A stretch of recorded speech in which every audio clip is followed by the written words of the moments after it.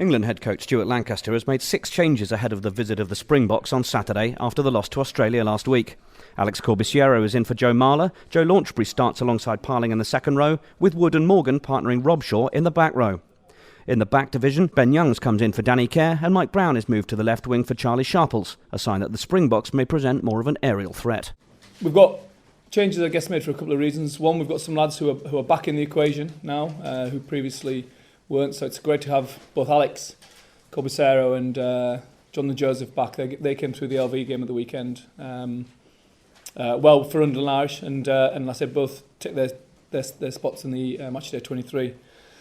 Obviously, there's been other lads pushing hard in training, and I mentioned about freshening the side up to give lads who've got a point to prove an opportunity to play at this level and also play against in a side that we want that will match the South Africans both physically and also can give us that field position that will be important in the context of the game as well.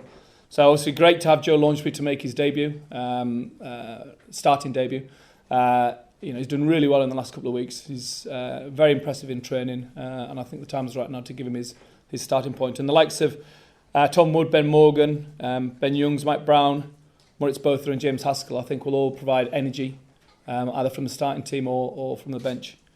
In terms of South Africa themselves, I think they're really mature inside. Stronger than the summer, I believe. I think Francois Lowe and Vermeulen in the back row have added a dynamism to their back row and their breakdown work. Obviously, Lambie at 10 is a different threat to Morné Steyn.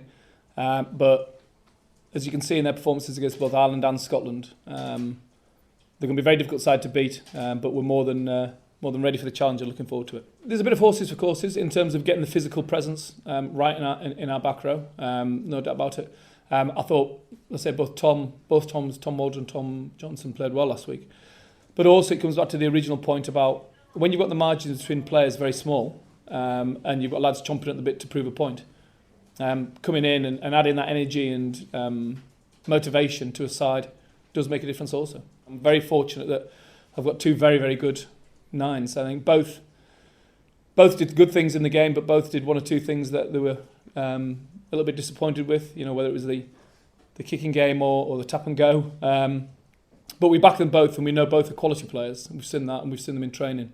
And I think Ben gets his opportunity now to work with Toby, his half-back partner from Leicester, and to prove a point, and that's the way we've gone with it. But equally, Danny coming off the bench will offer us options as well.